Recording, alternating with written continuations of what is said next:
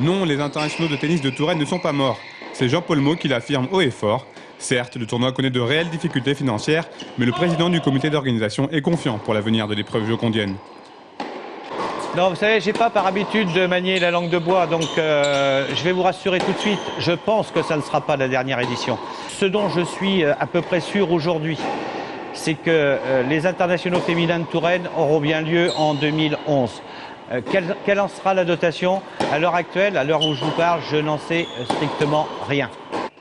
Depuis maintenant 6 ans, le tournoi est doté de 50 000 $, une reconnaissance due à de nombreuses années de labeur. Malheureusement, le sponsor principal GDF Suez a diminué de moitié sa contribution pour 2010 et sa position reste très floue.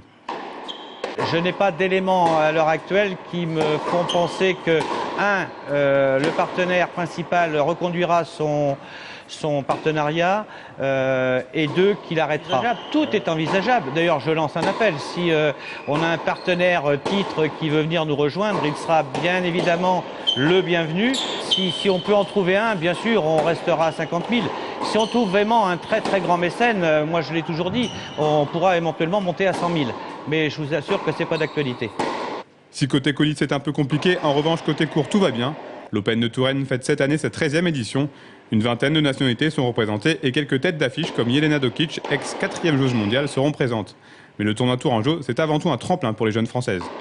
Ces tournois ont été créés par la Fédération française de tennis en accord avec la Fédération internationale, justement pour faire que les jeunes françaises puissent s'aguerrir au titre de ces tournois, puissent s'aguerrir donc sur les circuits internationaux. Et la Ligue du Centre a mis en place un pôle espoir et Bertille Landry, qui vient de disputer les qualifications d'un tournoi de 50 000 $, c'est quand même pas rien dans la carrière d'une jeune joueuse. Bertille Landry a pu se frotter vraiment au très très haut niveau. Et je ne doute pas que dans les 5 ou 6 ans qui viennent, on aura, je pense, au travers de ce qui vient d'être mis en place par la Ligue du Centre, on aura des joueuses qui intégreront ces tableaux-là sans aucun problème. Rendez-vous donc au Tennis Club Jocondien jusqu'à dimanche pour savoir qui succédera à la Suédoise Sofia Arvidsson, lauréate l'an dernier.